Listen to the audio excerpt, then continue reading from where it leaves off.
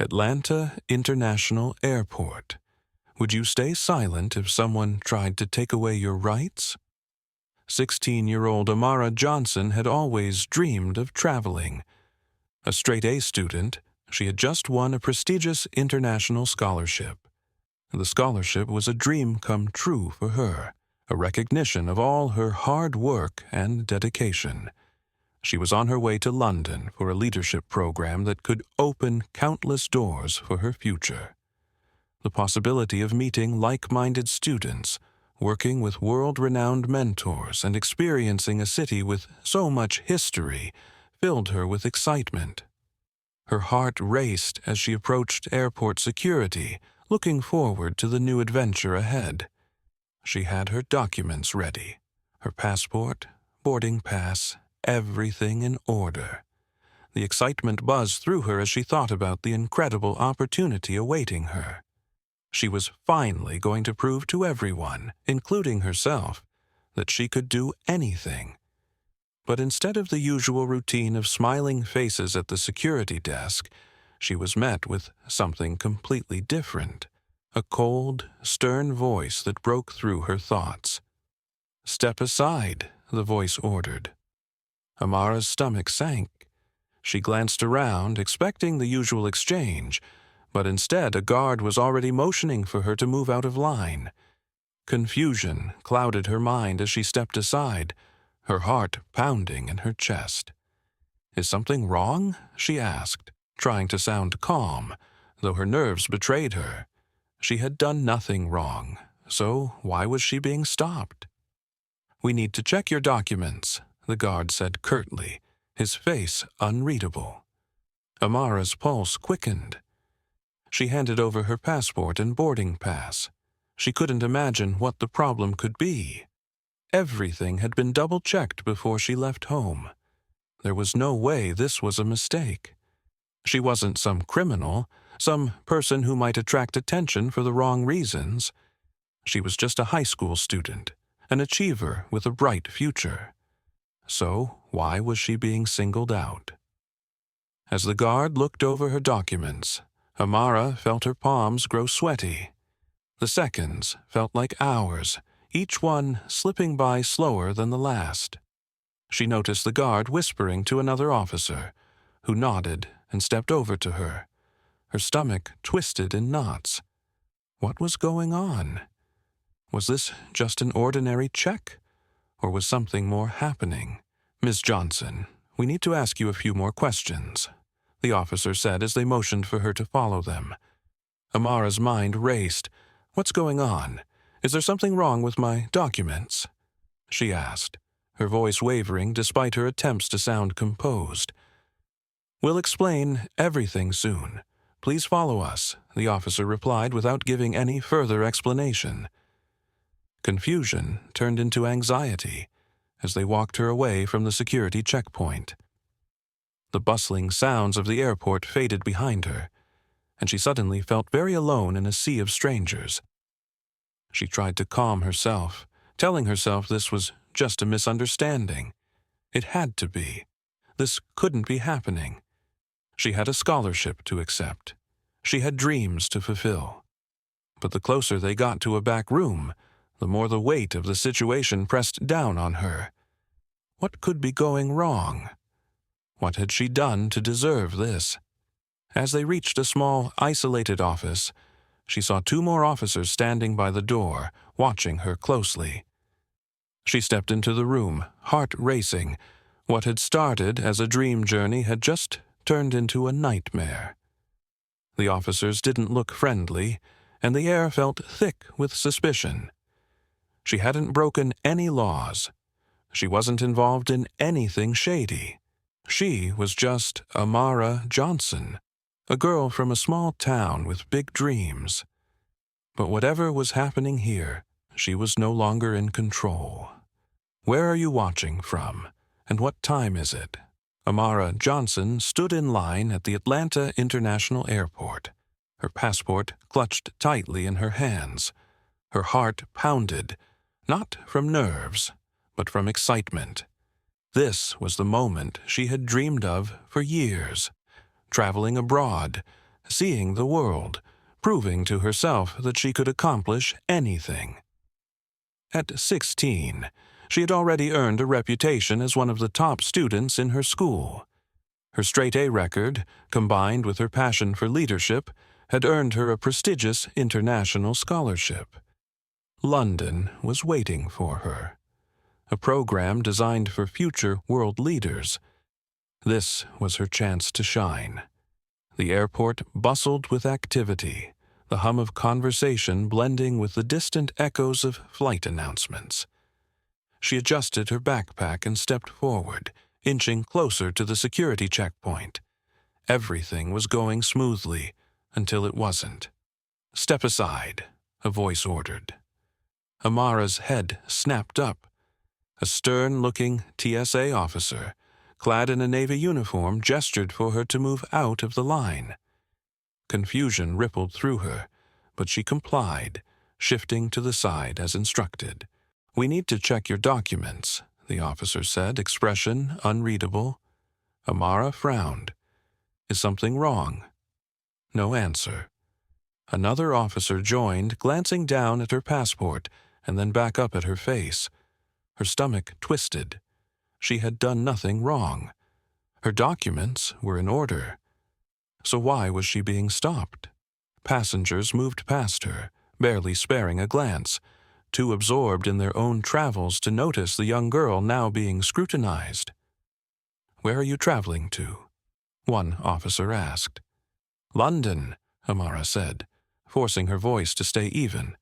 "For what purpose?" "A leadership program. I have a scholarship."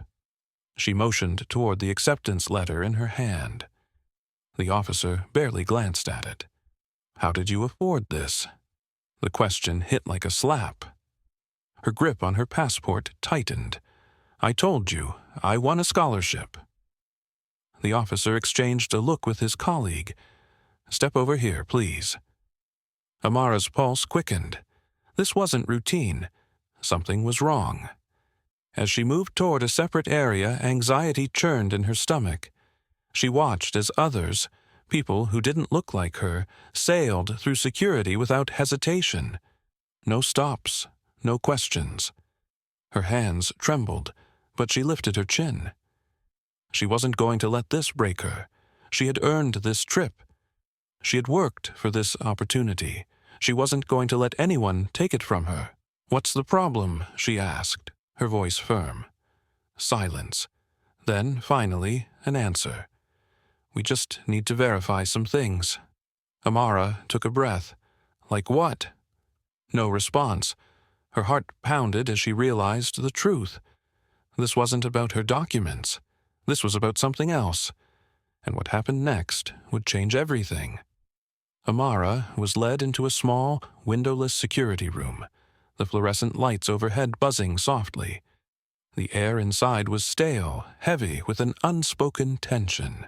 Her heart pounded in her chest, a mix of anger and confusion bubbling beneath the surface. She had done nothing wrong, yet here she was, being treated like a suspect. "Empty your bags," Miss Peterson ordered, arms crossed, eyes sharp. Amara hesitated before unzipping her carry-on. Her hands shook slightly as she laid her belongings out on the metal table. Her neatly folded clothes, her journal, the book she had planned to read on the flight. One of the officers rifled through them with little care, flipping pages, shaking out garments as if expecting something to fall out. Her fingers twitched as she watched them violate her personal space. "This program? It's real?" a male officer asked, holding up her acceptance letter with 2 fingers, his brow furrowed. Amara's jaw clenched. "Of course it is," she snapped. "Why don't you believe me?" Miss Peterson exchanged a look with the other officer. "A trip like this, for someone like you." Amara's breath hitched. "Someone like me," she repeated, her voice dangerously quiet. Miss Peterson smirked, a slow, condescending curve of her lips. "You know what I mean." Heat rose to Amara's cheeks. Her fingers curled into fists at her sides. This wasn't about security. It never had been. It was about who they thought she was. about what they thought she could or couldn't achieve. She took a slow, measured breath. Enough was enough. Straightening her spine, she met Ms. Peterson's gaze head-on. "No, I don't know what you mean," she said, her voice firm and unwavering. "Why don't you explain it to me?" Miss Peterson's smirk faltered for a fraction of a second, but she quickly recovered. "Don't get smart with me." Amara tilted her head slightly. "Why not?" "Seems like that's exactly what bothers you." A flicker of something unreadable passed through Miss Peterson's eyes. Frustration, realization, guilt. Amara couldn't tell, and she didn't care. She wasn't going to shrink under their scrutiny. Not today. Not ever. The male officer cleared his throat. "Just routine questions." "Routine?" Amara asked, arching an eyebrow. "Then why am I the only one pulled aside? I've been watching. Everyone else in that line walked right through." Silence. Miss Peterson finally looked away, pretending to glance at Amara's documents again, as if searching for some excuse to justify their actions. But there was none. Amara's chest tightened. "If I were someone else, if I looked different, would I still be standing here?" Miss Peterson stiffened. The male officer shifted uncomfortably. "What book are you reading?" Amara sat stiffly in the security room, her pulse thudding in her ears. Every second that passed made her anger burn hotter. She had done nothing wrong, yet she was being treated like a suspect. Enough was enough. "I want a supervisor," she demanded, her voice steady despite the rage bubbling underneath.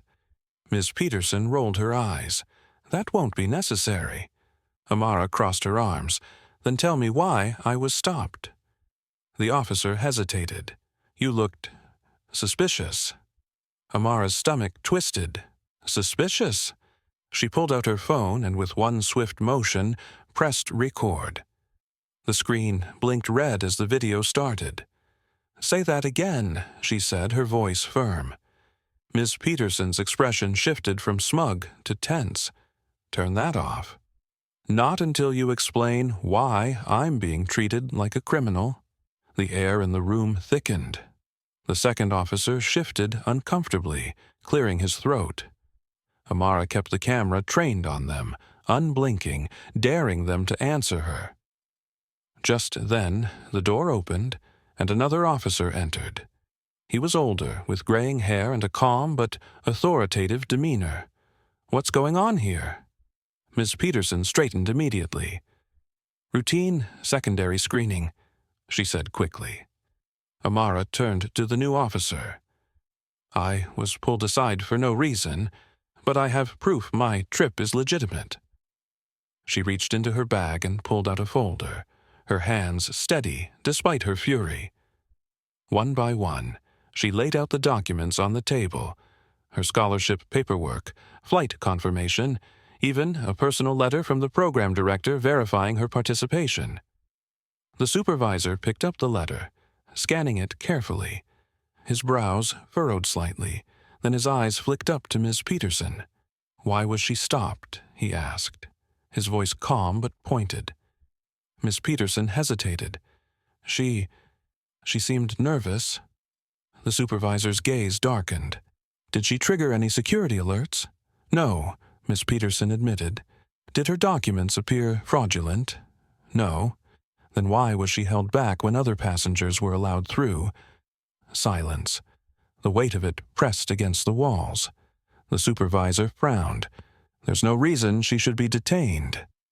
Amara folded her arms. "Exactly." "Let's review the security footage," the supervisor suggested. Miss Peterson's face paled. "That's not necessary." The footage played on screen, showing Amara doing nothing suspicious at all. She had followed every rule, gone through every checkpoint like the other passengers. There was no hesitation in her movements, nothing remotely questionable about her behavior. The room fell silent as the reality of the situation became undeniable. The supervisor turned to Ms. Peterson. You racially profiled this young woman." Miss Peterson opened her mouth, then closed it. She knew there was nothing she could say to justify what she had done. The evidence was clear, undeniable, and damning. "Escort her out," the supervisor ordered. A uniformed officer stepped forward. Miss Peterson's lips tightened, but she didn't argue. With stiff movements, she removed her badge and placed it on the table. Her hands trembled slightly as she walked toward the door, the weight of her actions finally catching up to her. The door clicked shut behind her, leaving a heavy silence in her wake. Amara exhaled sharply, the tension in her chest finally releasing. It was over. She had won. The supervisor turned back to her.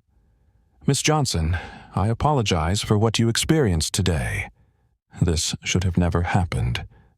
Amara nodded, her fingers still curled around her boarding pass. "I appreciate that," she said, though her voice was quiet. She wanted to believe this apology meant something, that things would change. But deep down, she knew this was just one battle in a much larger fight. As she stepped out of the security office, the airport around her seemed different. Passengers moved past, unaware of what had just taken place. To them, she was just another traveler. But she knew better. She had fought for her dignity and refused to be silenced. She had stood her ground. And the biggest surprise? It wasn't over yet. Before Amara could step through the airport doors and leave this entire ordeal behind her, a voice called out, "Miss Johnson." She turned to see an older airport official approaching, his expression unreadable. He held her scholarship documents in his hand, flipping through them as he stopped a few feet away. "I looked at your documents," he said, "and I noticed something interesting. Did you know your great-grandfather once fought against discrimination in aviation?" Amara blinked. "What?" The official nodded. James Carter, one of the first black pilots denied opportunities in commercial aviation. He was a trailblazer in fighting for equal rights in the industry. Amara's jaw went slack. Her breath hitched as the weight of his words settled in her chest. "I never knew," she whispered. The official smiled gently. "Well, now you do." He handed her back the papers. "Seems like fighting injustice runs in your blood." Amara clutched the documents, her fingers pressing into the pages as a lump formed in her throat. All her life, she had been told to work hard, to strive for excellence, to break barriers. But she had never known that someone in her own family had done the same before her. "James Carter," she murmured, testing the name on her tongue. It felt powerful. It felt right. "Your great-grandfather was part of a group of pioneering aviators who challenged discrimination in flight schools and commercial airlines," the official continued. "He fought for equal access to training, opportunities, and respect in the field." Amara stared down at the papers in her hands, her vision blurring slightly. "I can't believe my family has a history like that," she said softly. "History isn't just found in textbooks," the man said, his tone kind. "Sometimes it lives within us, waiting to be discovered." A sense of pride swelled inside her. This wasn't just her fight. This was part of her legacy. She glanced around the airport at the people moving through its halls, unaware of the history woven into the walls. Her story didn't start here, and it wouldn't end here. She had a voice, one that mattered. The weight of her experience over the past few hours settled into something deeper, something stronger. She hadn't just stood up for herself. She had continued a fight that had begun long before she was even born. "Thank you for telling me," she said, gripping the papers tightly. "I won't forget this." The official nodded. "I have a feeling you won't." As Amara walked toward her gate, she felt lighter, yet more determined than ever. She was not just a student, not just a scholarship recipient. She was part of something bigger, and at that moment, she knew exactly what she had to do. Amara boarded her flight, sitting tall with her head held high. The past few hours had been exhausting, infuriating, and life-changing all at once. But she had fought back and won. As the plane ascended, she looked out the window at the endless sky, feeling lighter than she had in a long time. She had entered the airport as a student excited for an opportunity. She was leaving as someone who had stood up for justice and discovered her own history in the process. Days later, Amara's story went viral. News outlets picked it up. Social media flooded with support, and conversations about racial profiling in airports ignited across the country. People were outraged, demanding change. And change came faster than anyone expected. The airport released a statement announcing a review of its security procedures. Within weeks, they introduced new anti-profiling policies requiring additional training for security officers. Ms. Peterson was officially dismissed from her position, and investigations were launched into other cases of discrimination. Lawsuits were filed by passengers who had experienced similar treatment, and for the first time, real accountability seemed possible. Amara watched it all unfold, but she knew this wasn't just about her. This was about every person who had ever been treated unfairly and hadn't had a voice to fight back. Strangers reached out to her online, sharing their own experiences of discrimination. Civil rights groups invited her to speak at events. Universities expressed interest in her as a future student, seeing her as more than just an academic achiever. She was a leader. A month later, she sat down for an interview, the cameras bright, the questions direct. "After everything that happened, what's next for you?" the reporter asked. Amara didn't hesitate. "I want to be an aviation lawyer," she said, "so no one else goes through this." The interviewer nodded. "Do you think this experience has changed the way you see the world?" Amara thought about it. "I always knew things were unfair," she admitted. "But now, I know how powerful speaking up can be." Her mother sat beside her, squeezing her hand proudly. "Your great-grandfather would be proud," she said, her voice thick with emotion. "He fought for justice, and now so do you." Amara smiled. This is just the beginning. She had won her battle that day, but in the end, she had started a movement. And she wasn't done yet.